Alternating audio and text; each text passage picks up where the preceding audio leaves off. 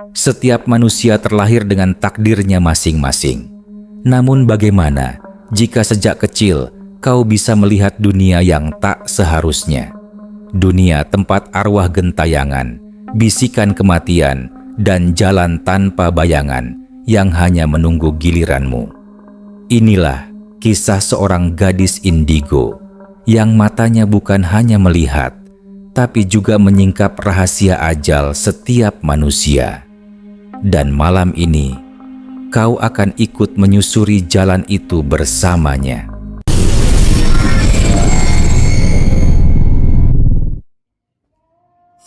Sejak kecil, Naila sudah tahu dirinya berbeda. Ia tumbuh di sebuah rumah sederhana di kota kecil Purwodadi.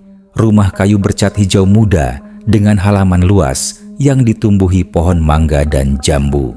Dari luar, rumah itu tampak damai. Tapi bagi Naila, sejak kecil tempat itu terasa penuh dengan sesuatu yang hanya bisa ia lihat. Ketika anak-anak seusianya berlari di halaman sambil bermain kejar-kejaran, Naila lebih sering duduk diam di teras, memandangi bayangan gelap yang berdiri di antara pepohonan. Ia pernah menunjuk ke arah itu sambil berteriak kepada ibunya, "Bu Siti, Ibu, ada orang di sana." Dia melambai ke aku. Tapi ketika ibunya menoleh, tak ada siapapun. Hanya ranting pohon yang bergoyang terkena angin sore. Bu Siti awalnya mengira Naila hanya berimajinasi. Namun semakin besar, semakin nyata gambaran yang diucapkan anak itu. Orangnya tinggi, kepalanya botak, matanya hitam semua, kata Naila ketika berusia 7 tahun menunjuk ke sudut kamar tidurnya. Bu Siti hanya terdiam. Hatinya gelisah, tapi ia tak ingin menakuti anaknya sendiri. Masa kecil, Naila dipenuhi dengan teriakan di tengah malam. Berkali-kali, ia terbangun dan menangis histeris karena melihat sosok-sosok yang berdiri di samping ranjangnya. Suatu malam, ia bahkan mendapati seorang wanita berbaju putih duduk di kursinya. Rambut panjang menutupi wajah, tubuhnya bergoyang-goyang pelan.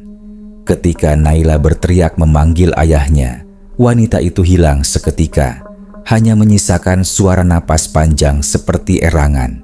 Ayahnya, Pak Budi, awalnya menganggap semua itu hanya ketakutan anak kecil. Tapi ketika Naila berulang kali sakit demam, setelah mengaku melihat sesuatu, Pak Budi mulai sadar ada yang tak wajar pada anak gadisnya. Waktu terus berjalan.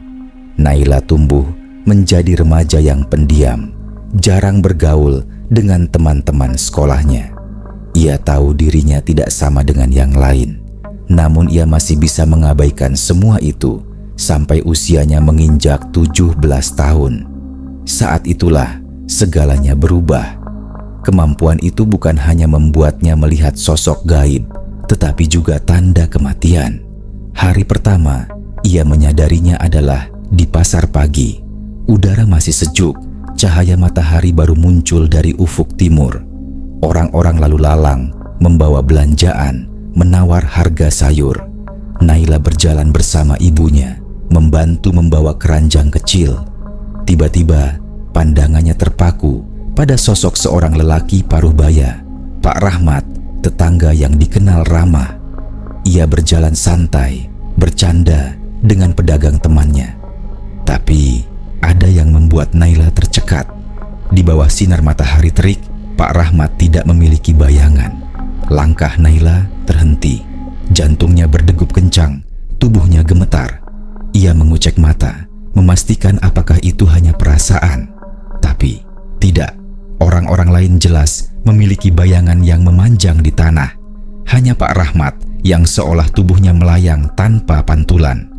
Perasaan takut menyelimuti Naila.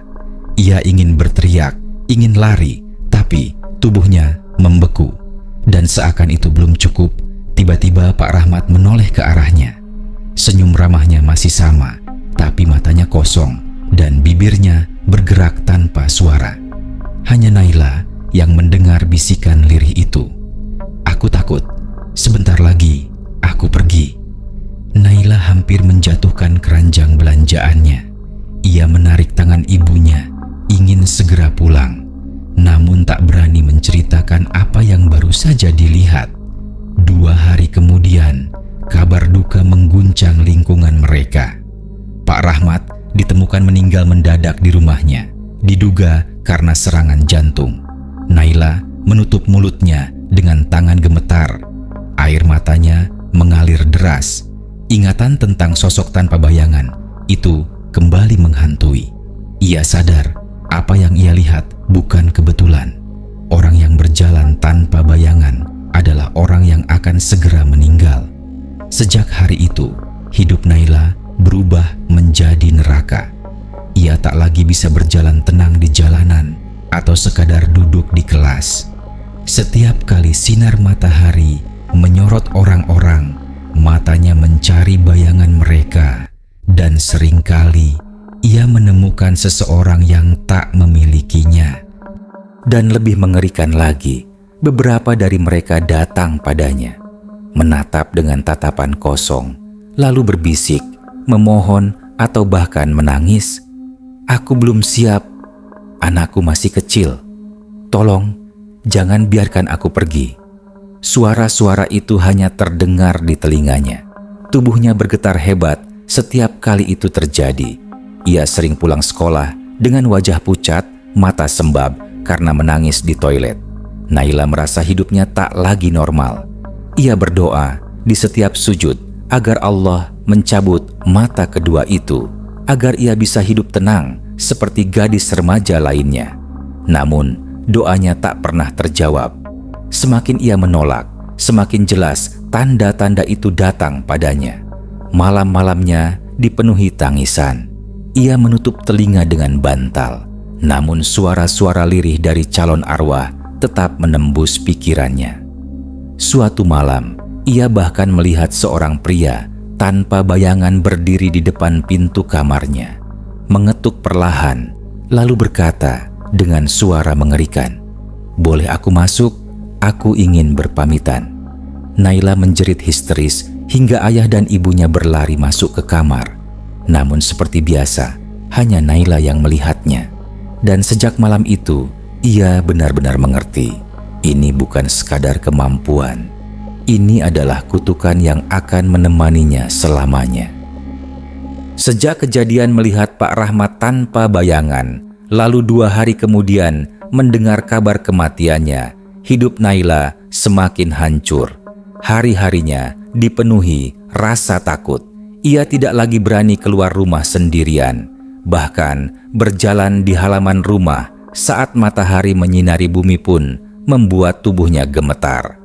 Pak Budi, ayahnya, sering melihat putrinya duduk di pojok kamar dengan wajah pucat, bibir bergetar, dan mata sembab seolah baru menangis berjam-jam. Sementara Bu Siti hanya bisa mengusap kepala anak gadisnya, berusaha menenangkan, meski dalam hati ia pun merasa ngeri. Suatu malam, ketika jam menunjukkan pukul 1 dini hari, suara tangis kembali terdengar dari kamar Naila. Pak Budi yang baru saja terbangun untuk mengambil air mendengar isak itu. Ia buru-buru membuka pintu kamar anaknya. Yang dilihatnya membuat bulu kuduk berdiri. Naila duduk di sudut ranjang, tubuhnya kaku, matanya melotot ke arah jendela. Bibirnya bergetar, air mata terus mengalir, dan tangannya gemetar sambil menunjuk keluar. "Bapak, lihat, dia berdiri di sana." Pak Budi melangkah ke jendela. Hanya ada kegelapan malam dan ranting pohon mangga yang bergoyang pelan. Namun, bagi Naila, jelas terlihat seorang pria berpakaian lusuh, wajahnya pucat, dan matanya kosong menatap ke arahnya, yang membuatnya hampir pingsan. Tubuh pria itu tanpa bayangan, meski bulan purnama bersinar terang di langit. Suara lirih terdengar di telinga Naila, meski bibir pria itu tak bergerak. "Aku besok mati, tolong, aku takut." Naila menjerit keras, membuat Bu Siti ikut berlari masuk. Suasana kamar penuh panik, sementara Pak Budi tak lagi bisa berpura-pura. Ia tahu anaknya tidak mungkin terus-menerus mengalami halusinasi dengan detail yang begitu nyata. Keesokan paginya, setelah berdiskusi dengan istrinya, Pak Budi memutuskan membawa Naila ke seorang ustadz yang terkenal di desa tetangga, Ustadz Karim. Rumah Ustadz Karim sederhana, terbuat dari kayu jati tua dengan pekarangan luas yang penuh pohon pisang. Ketika mereka datang, azan zuhur baru saja selesai berkumandang. Ustadz Karim menyambut dengan senyum tenang, seakan sudah tahu kedatangan mereka. "Aku sudah lama menunggu kalian," katanya pelan, membuat Bu Siti dan Pak Budi saling pandang kebingungan. Mereka duduk di ruang tamu yang remang, hanya diterangi lampu minyak. Ustadz Karim menatap tajam ke arah Naila. "Anak ini diberi penglihatan oleh Allah. Apa yang kau lihat bukan halusinasi, bukan juga penyakit. Itu hidayah yang berat, titipan sejak lahir." Air mata Naila jatuh begitu saja. Ia menunduk, suaranya pecah. "Kenapa saya, Ustadz? Saya takut. Saya nggak kuat." Ustadz Karim meraih gelas berisi air putih, lalu membaca doa panjang. Lantunan ayat suci memenuhi ruangan, membuat suasana semakin mencekam. Sementara itu, Naila tiba-tiba merasa tubuhnya berat, dadanya sesak, dan di telinganya terdengar suara-suara berbisik dari berbagai arah. "Kamu tidak boleh pergi dari kami. Jangan tutup mata itu. Kami butuh kamu untuk mendengar." Suara-suara itu semakin keras hingga Naila menutup telinganya, berteriak histeris. Bu Siti langsung memeluk anaknya, sementara Pak Budi hanya bisa menatap Ustadz dengan wajah penuh panik. Namun Ustadz Karim tetap tenang, melanjutkan bacaannya hingga suara-suara itu perlahan mereda. Naila akhirnya bisa bernapas kembali meski tubuhnya masih gemetar hebat. Setelah itu, Ustadz berkata dengan nada serius, "Kemampuan ini tidak bisa dihilangkan. Banyak orang datang ke saya ingin menutup mata batin, tapi untuk anakmu, ini adalah garis hidupnya. Ia memang dipilih untuk melihat apa yang orang lain tidak bisa lihat." Pak Budi menunduk, wajahnya muram. Ia berharap Ustadz bisa menyembuhkan anaknya, tapi jawaban itu seperti palu yang menghantam kepalanya. Sementara Naila menangis semakin keras. "Kalau begitu, apa yang harus saya lakukan, Ustadz?" tanya Naila dengan suara bergetar. "Belajarlah menerima, jangan melawan. Karena semakin kau melawan, semakin kuat pula dunia itu menarikmu. Jaga wudhu, perbanyak zikir, dan jangan pernah bicara sembarangan pada makhluk yang kau lihat. Tapi ingat, kalau kau diberi tanda, itu bukan untuk ditolak. Itu sudah ditakdirkan." Kata-kata itu menusuk hati Naila. Bagaimana mungkin ia bisa menerima hidup dengan ketakutan seperti ini? Ia ingin menjadi remaja biasa yang hanya memikirkan sekolah, teman, atau cinta pertama. Tapi takdir seolah sudah menutup semua pintu itu. Dalam perjalanan pulang, suasana di mobil begitu sunyi. Naila duduk di kursi belakang, menatap kosong keluar jendela. Matahari sore perlahan turun, sinarnya menembus kaca. Dan di pinggir jalan, Naila kembali melihat sesuatu. Seorang ibu muda menggendong anak kecil, berdiri tanpa bayangan. Tatapan ibu itu langsung menancap ke dalam mata Naila. Senyumnya tipis, tapi air mata mengalir deras di pipinya. Suara lirih masuk ke telinga Naila. "Aku besok kecelakaan. Tolong anakku." Naila memekik pelan, tubuhnya gemetar. Bu Siti yang duduk di depan menoleh, tapi tak melihat apapun.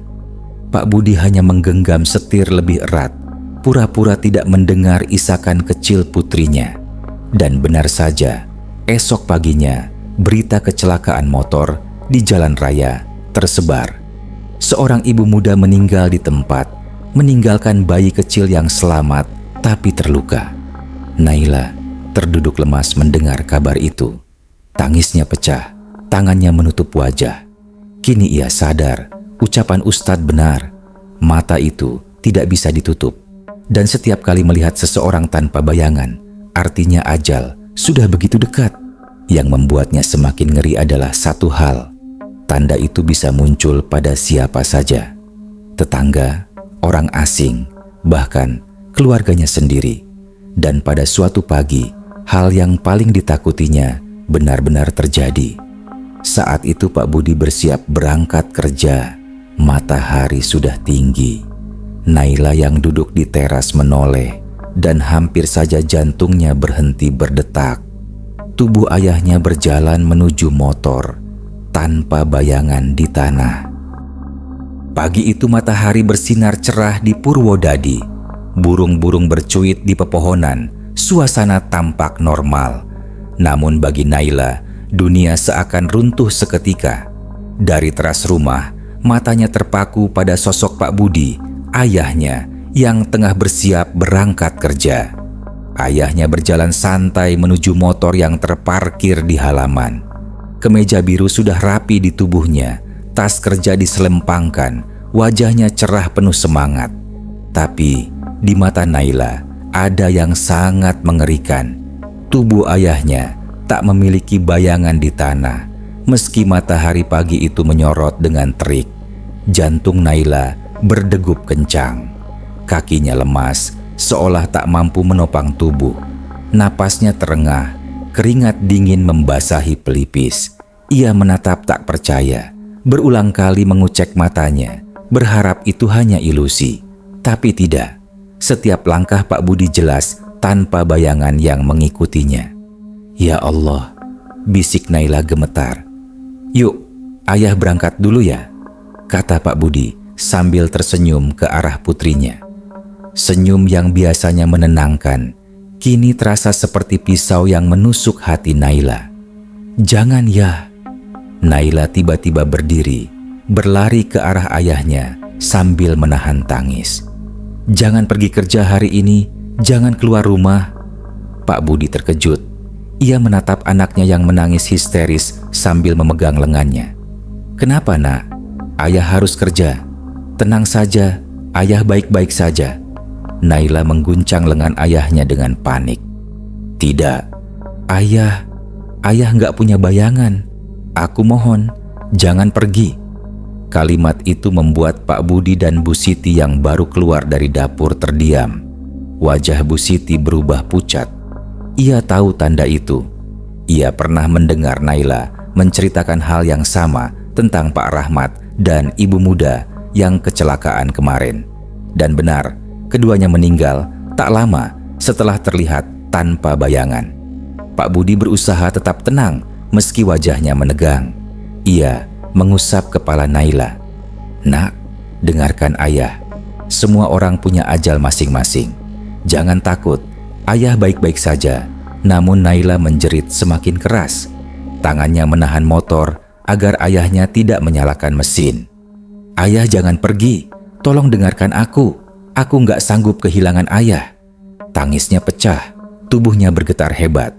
Bu Siti ikut menahan lengan suaminya. Mas, mungkin lebih baik jangan kerja dulu hari ini. Aku takut. Pak Budi terdiam. Hatinya bergejolak. Ia ingin percaya anaknya hanya ketakutan. Tapi wajah Naila begitu tulus, penuh rasa ngeri. Namun sebagai kepala keluarga, ia juga merasa harus bertanggung jawab pada pekerjaannya. Akhirnya, dengan suara berat, ia berkata, "Kalau memang sudah takdir, kita tak bisa menghindar. Doakan ayah saja." Nak Naila lunglai mendengar jawaban itu. Tangannya terlepas, air matanya jatuh deras. Ia hanya bisa melihat ayahnya mengenakan helm, lalu menyalakan motor. Suara mesin meraung, dan dalam hitungan detik, motor itu melaju keluar halaman, meninggalkan debu jalanan. Naila berdiri terpaku di gerbang, tubuhnya gemetar hebat. Pandangannya kabur oleh air mata. Hatinya seolah diremas-remas. Ia ingin lari mengejar, tapi kakinya tak sanggup bergerak. Suara ibunya memanggil-manggil hanya terdengar samar. 2 jam kemudian, suasana rumah berubah mencekam. Telepon rumah berdering keras. Bu Siti yang mengangkatnya langsung menjerit histeris. Telepon jatuh, tubuhnya limbung. Ayahmu kecelakaan. Kata-kata itu membuat dunia Naila runtuh seketika. Tubuhnya jatuh berlutut di lantai. Tangisnya pecah tak terbendung. Semua rasa takut, firasat, dan peringatan yang ia coba sampaikan ternyata benar adanya. Mereka bergegas ke rumah sakit. Jalanan terasa begitu panjang. Suara sirin ambulans di kejauhan menusuk telinga. Saat tiba, tubuh Pak Budi sudah terbujur kaku di ranjang darurat, ditutupi kain putih. Wajahnya penuh luka, darah masih menempel di sisi kepala. Naila menjerit keras, tubuhnya hampir pingsan. Ia meraih tangan ayahnya yang dingin, berusaha mengguncangnya. "Ayah bangun, ayah jangan pergi, tolong Allah." Tapi tubuh itu tetap kaku, tanpa nyawa. Di saat itulah sesuatu yang mengerikan terjadi. Naila yang masih memegang tangan ayahnya tiba-tiba melihat sosok samar berdiri di samping ranjang. Sosok itu ayahnya sendiri. Wajahnya pucat, matanya sayu, dan tubuhnya berdiri kaku tanpa bayangan. Sosok itu menatapnya dengan senyum lemah. Bibirnya bergerak, hanya Naila yang mendengar. "Jangan menangis, nak, ikhlaskan ayah. Sudah waktunya." Naila menjerit histeris, membuat beberapa perawat dan ibunya panik mencoba menenangkannya. Tapi di mata Naila, jelas sekali sosok ayahnya perlahan berjalan menjauh, tubuhnya memudar hingga menghilang. Tangis Naila semakin keras. Ia berpelukan dengan ibunya, sama-sama hancur. Sejak hari itu, Naila tahu penglihatannya bukan sekadar kutukan. Itu adalah kenyataan yang tak bisa ia hindari. Dan yang paling menyakitkan, ia sudah membuktikan sendiri bahwa tanda itu benar-benar tak bisa diubah, bahkan untuk orang yang paling ia cintai. Malam setelah pemakaman, Naila duduk di kamarnya, menatap kosong keluar jendela. Suara jangkrik terdengar lirih, angin malam berhembus dingin. Tiba-tiba, ia mendengar suara ketukan di pintu kamarnya. Tok, tok, tok. Dengan tubuh gemetar, ia membuka pintu perlahan. Tak ada siapapun di luar. Namun begitu, ia menoleh ke lantai. Ia melihat sesuatu yang membuat darahnya membeku. Bayangan dirinya sendiri tidak ada. Sejak kematian Pak Budi, rumah keluarga kecil itu tidak pernah lagi sama. Suasana duka masih menyelimuti setiap sudut, bahkan bau tanah basah dari makam masih terasa di pikiran Naila. Malam-malamnya berubah menjadi mimpi buruk tanpa akhir. Bu Siti mencoba tegar demi anak gadisnya, meski ia sendiri hancur. Ia sering melihat Naila duduk termenung di teras, menatap kosong ke arah jalan, seolah masih menunggu ayahnya pulang kerja. Mata Naila sayu, wajahnya pucat, dan setiap kali ia berbicara, selalu ada getar ketakutan. Malam ketiga, setelah pemakaman, sesuatu yang ganjil terjadi. Tepat pukul 2 dini hari, Naila terbangun karena mendengar suara mesin motor di luar rumah. Suara yang sangat familiar, motor ayahnya. Degup jantungnya berpacu tak terkendali. Ia menyingkap tirai jendela dan matanya langsung membelalak. Di halaman, motor ayahnya terparkir dengan mesin masih menyala. Dan di atasnya, sosok Pak Budi duduk kaku, mengenakan helm, kepalanya menunduk. Naila menutup mulutnya agar tak berteriak. Tubuhnya gemetar hebat, air mata mengalir deras. Sosok itu perlahan menoleh ke arah jendela kamar Naila. Meski wajahnya samar dalam kegelapan, Naila bisa melihat jelas luka di pelipis dan darah kering yang menempel di pipinya. Bibir sosok itu bergerak, suaranya lirih menembus kaca jendela. "Ayah pulang, nak." Naila terjatuh ke lantai, tubuhnya tak sanggup menopang. Suara mesin motor tiba-tiba berhenti, halaman kembali sunyi. Namun aroma bensin dan asap knalpot masih tercium jelas. Ia memeluk lututnya, menangis histeris hingga Bu Siti masuk kamar dengan wajah panik. "Ibu, ayah pulang." Tadi ayah di luar. Suara Naila terbata. Bu Siti hanya bisa menenangkan, meski wajahnya sendiri pucat pasi. Ia tahu putrinya tidak berbohong. Hari-hari berikutnya semakin menyeramkan. Naila mulai sering melihat bayangan ayahnya berdiri di sudut rumah. Kadang di ruang tamu, kadang di dapur.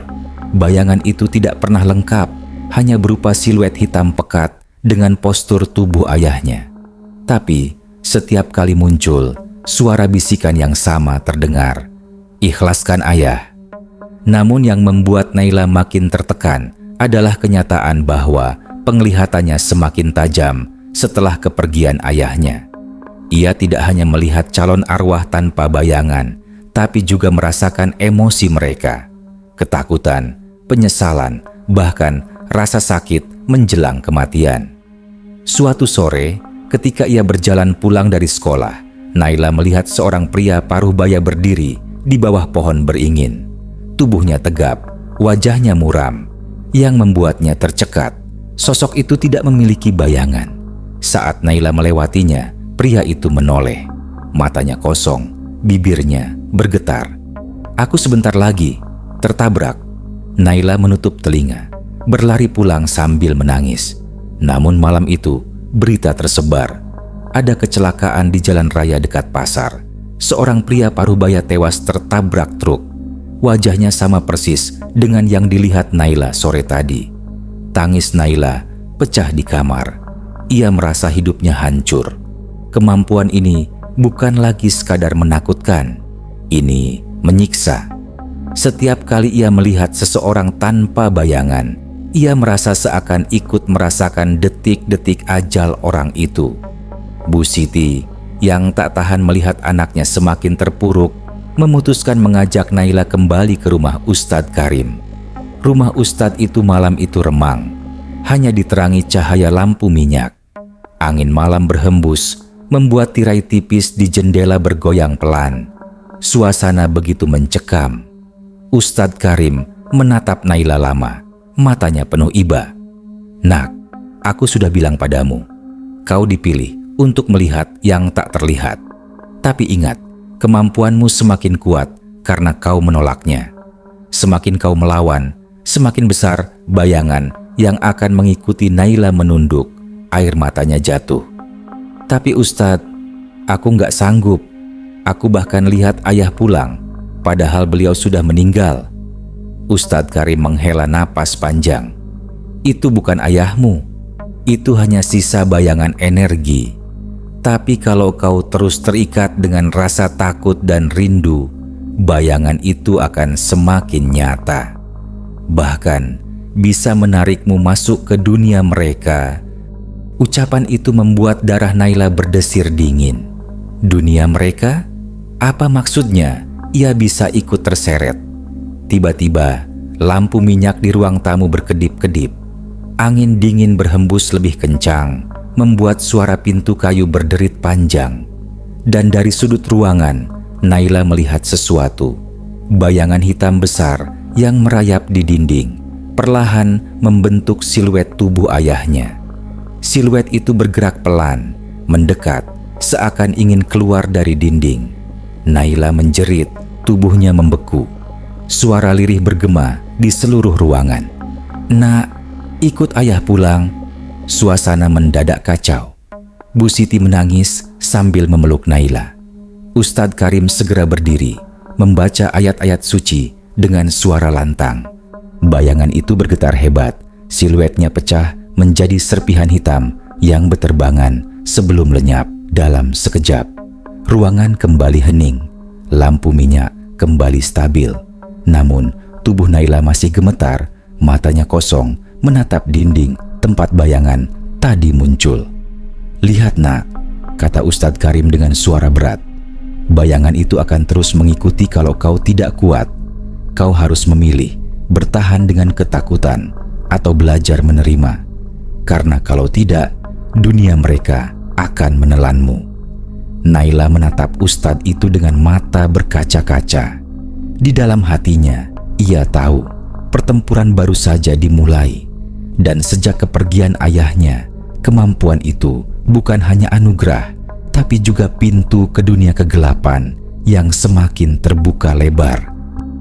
Sejak kejadian di rumah Ustadz Karim, Naila semakin merasa dirinya terperangkap dalam lingkaran gelap. Kata-kata Ustadz itu terngiang-ngiang di kepalanya. Bayangan itu akan menelanmu. Setiap malam, ia tidak lagi hanya melihat arwah tanpa bayangan, tapi juga jalanan gelap yang entah dari mana muncul. Jalan itu panjang, lurus, tanpa ujung, dikelilingi kabut pekat yang membuat Naila merinding. Di jalan itu tidak ada bayangan, bahkan bayangannya sendiri lenyap setiap kali ia berdiri di sana. Malam itu, tepat pukul 2 dini hari, Naila kembali terbangun. Hawa dingin merambat menusuk tulang, membuat napasnya memburu.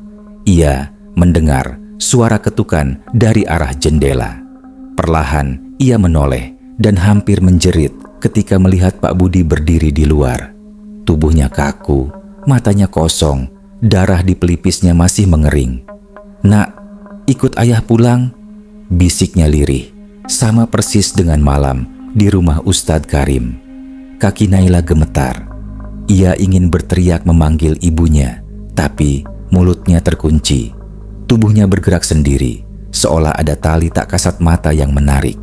Ia membuka pintu kamar, berjalan melewati ruang tamu yang remang, hingga akhirnya melangkah ke halaman. Dan di sana, jalan itu muncul. Jalan panjang tanpa bayangan, terbentang lurus ke dalam kabut. Di ujungnya, sosok ayahnya berdiri, melambai perlahan. "Naila." Suara itu bergema, berat namun penuh panggilan yang menusuk hati. Air mata Naila mengalir deras. Ia merindukan ayahnya. Tapi bersamaan dengan itu, bulu kuduknya berdiri. Sosok itu bukan lagi ayahnya, melainkan sesuatu yang memakai wajah ayahnya. Bu Siti tiba-tiba keluar kamar, menjerit melihat putrinya hampir melangkah ke jalan itu. "Naila, jangan!" teriaknya. Ia langsung memeluk tubuh Naila erat-erat, menariknya mundur. Namun semakin ditarik, tubuh Naila semakin berat, seolah kakinya menempel pada tanah. Jalan tanpa bayangan itu semakin jelas. Kabutnya berputar, membentuk pusaran. Dari balik kabut terdengar suara-suara rintihan, suara orang-orang yang mati, menjerit minta tolong. Ustadz Karim!" teriak Bu Siti panik sambil mengguncang Naila. Entah bagaimana, pada saat yang sama, Ustadz Karim datang tergesa-gesa bersama 2 orang santri. Seolah ia sudah tahu malam ini sesuatu akan terjadi. Mereka langsung melantunkan ayat-ayat suci dengan lantang. Suara bacaan itu membuat jalan tanpa bayangan bergetar. Kabutnya retak seperti kaca. Sosok Pak Budi yang melambai berubah wujud. Wajahnya mengelupas, matanya merah menyala, mulutnya terbelah lebar hingga telinga. "Anak ini milik kami. Dia sudah melihat jalan kami. Kalian tidak bisa menghentikan." Raungnya, suaranya bercampur ribuan suara lain yang seram. Naila berteriak sekuat tenaga, tubuhnya kaku.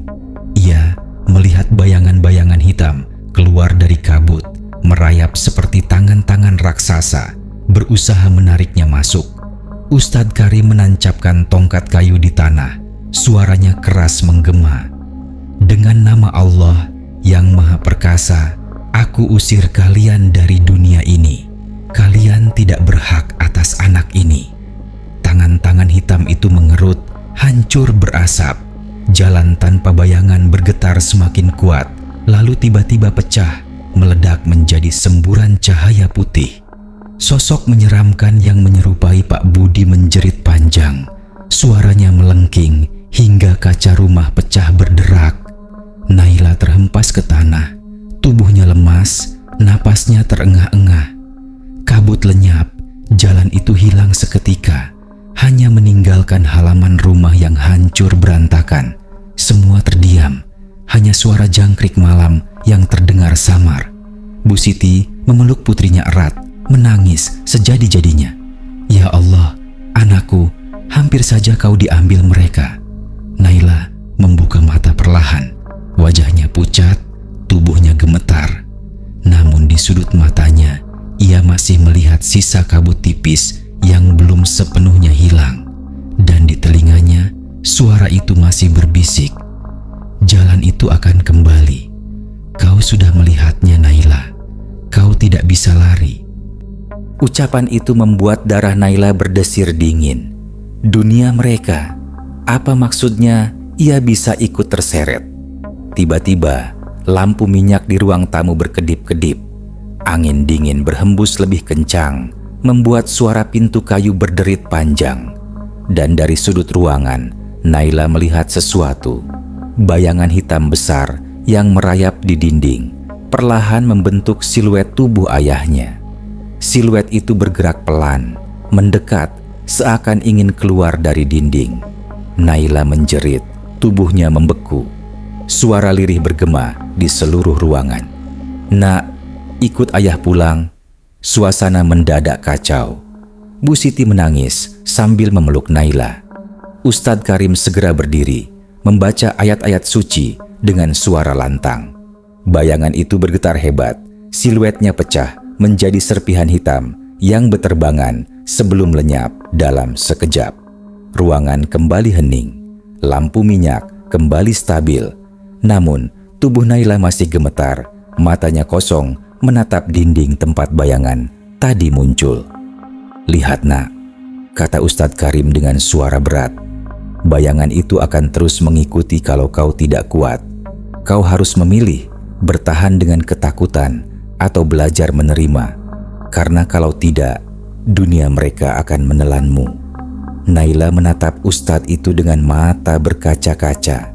Di dalam hatinya, ia tahu pertempuran baru saja dimulai.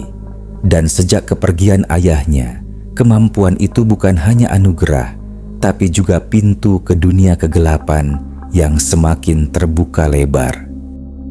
Malam itu, meski jalan tanpa bayangan sudah diusir oleh bacaan doa, ketenangan tidak benar-benar kembali. Sejak kejadian tersebut, Naila tidak bisa tidur nyenyak. Setiap kali menutup mata, ia merasa berdiri lagi di jalan itu, panjang, sunyi, dan dipenuhi kabut. Namun kali ini ada sesuatu yang berbeda. Ia tidak lagi hanya melihat sosok ayahnya atau makhluk menyeramkan, tapi juga dirinya sendiri berjalan di ujung jalan itu, tanpa bayangan. Pagi hari, Bu Siti semakin khawatir. Wajah Naila pucat, matanya sembab, tubuhnya semakin kurus. Ia membawa anaknya kembali menemui Ustadz Karim. Di rumah sederhana sang Ustadz, suasana tegang. 3 santri ikut hadir, menyalakan lampu minyak dan menutup semua pintu. Bau harum kayu gaharu memenuhi udara. Ustadz Karim menatap Naila lama, matanya penuh iba. "Anakku, apa yang kau lihat bukan kutukan. Itu adalah anugerah. Allah memberimu mata yang mampu melihat batas hidup dan mati. Tapi para penghuni jalan itu ingin menyeretmu karena kau bisa membuka gerbang mereka." Naila menunduk, air matanya menetes. "Tapi Ustadz, aku lelah. Aku tidak mau melihat semua ini lagi. Setiap orang yang aku temui tanpa bayangan akhirnya mati. Aku tidak bisa menolong mereka. Aku hanya jadi saksi hening sejenak." Ustadz Karim menghela napas berat. Kadang menjadi saksi adalah tugas terberat, dan tugasmu, Naila, bukan untuk menghentikan kematian, melainkan untuk mengingatkan hidup. Mendengar itu, bulu kuduk Naila merinding. Kalimat itu seperti kunci yang membuka semua misteri. Malam terakhir. Namun malam itu, cobaan terakhir datang. Tepat pukul 3 dini hari, suara ketukan keras menggema di pintu rumah. Semua orang terbangun. Bu Siti memeluk Naila erat, takut kalau makhluk itu kembali. Tiba-tiba, kaca jendela bergetar dan dari balik tirai tampak bayangan hitam tinggi melintas. Tapi anehnya, bayangan itu tidak punya kepala. Santri-santri panik, mulai membaca doa keras-keras. Ustadz Karim berdiri di depan pintu, tongkat kayu di tangannya. "Mereka datang lagi," katanya dengan suara berat. "Tapi kali ini lebih banyak." Benar saja, dari luar terdengar langkah kaki berat. seperti puluhan orang berjalan berbarengan. Ketika pintu depan terbuka sedikit karena angin, terlihat pemandangan yang membuat semua darah membeku. Barisan orang-orang tanpa bayangan berjalan melewati halaman rumah. Wajah mereka kosong, sebagian rusak, sebagian pucat seperti mayat. Mereka berjalan menuju jalan panjang kabut yang perlahan muncul kembali di depan rumah. Dan di tengah barisan itu, ada sosok Pak Budi menatap langsung ke arah Naila. "Naila, waktumu sudah dekat. Kau sudah melihat jalan kami." Kau tidak bisa menolak panggilan. Tubuh Naila membeku. Kakinya seperti ditarik paksa. Bu Siti berteriak, memeluknya erat. Tapi semakin kuat ia menahan, semakin kuat pula tarikan itu. Ustadz Karim berteriak membaca ayat kursi. Santri-santri ikut memperkuat bacaan. Suara doa bergema, tapi arwah-arwah itu tidak mundur. Mereka justru semakin banyak memenuhi halaman. Kabut masuk ke dalam rumah. Lampu minyak padam. Semua terjebak dalam kegelapan. Hanya suara rintihan arwah yang bergema. Penglihatan terakhir. Dalam gelap, mata Naila terbuka lebih jelas dari sebelumnya. Ia tidak lagi melihat rumah, ibunya, atau ustadz. Yang ia lihat hanyalah jalan itu. Panjang, lurus, penuh kabut, dengan ribuan sosok berjalan tanpa bayangan. Dan di ujung jalan, ia melihat dirinya sendiri menunggu. Wajahnya pucat, matanya kosong, bibirnya bergetar seakan memanggil. "Naila," menjerit. Suara itu bergema di lorong jalan tanpa ujung. Tapi tiba-tiba, dari tengah kegelapan, muncul cahaya terang, menyilaukan mata. Suara Ustadz Karim terdengar tegas. "Dengan nama Allah, kembalilah ke tempatmu. Jalan ini bukan untuk anak yang masih hidup." Kabut pecah seperti kaca dihantam palu. Sosok-sosok tanpa bayangan berteriak kesakitan. Satu persatu meleleh menjadi asap hitam. Jalan itu hancur, terbelah, lalu menghilang. Naila terjatuh, tubuhnya menggigil hebat. Bu Siti memeluknya erat, menangis tanpa henti. Ustadz Karim mendekat, menepuk pundaknya. "Anakku, ini belum berakhir. Jalan itu akan selalu ada.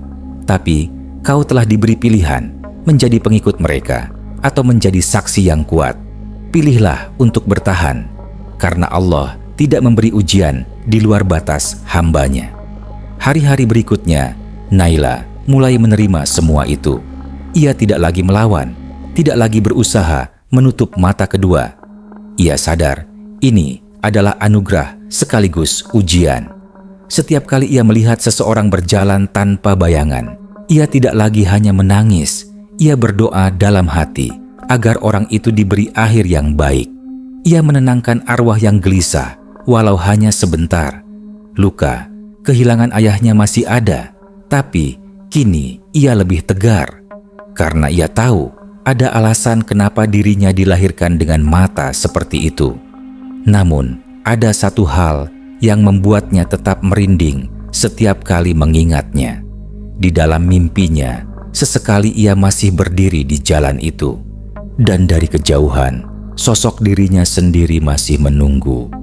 Perlahan semakin dekat. Kematian bukanlah akhir, melainkan pintu menuju jalan yang tak pernah terlihat mata manusia biasa. Naila hanyalah satu dari sedikit yang mampu menyaksikannya. Jalan tanpa bayangan itu masih ada, menunggu giliran kita berjalan di atasnya. Ingatlah, saat bayanganmu menghilang di bawah cahaya, itulah tanda waktumu sudah dekat.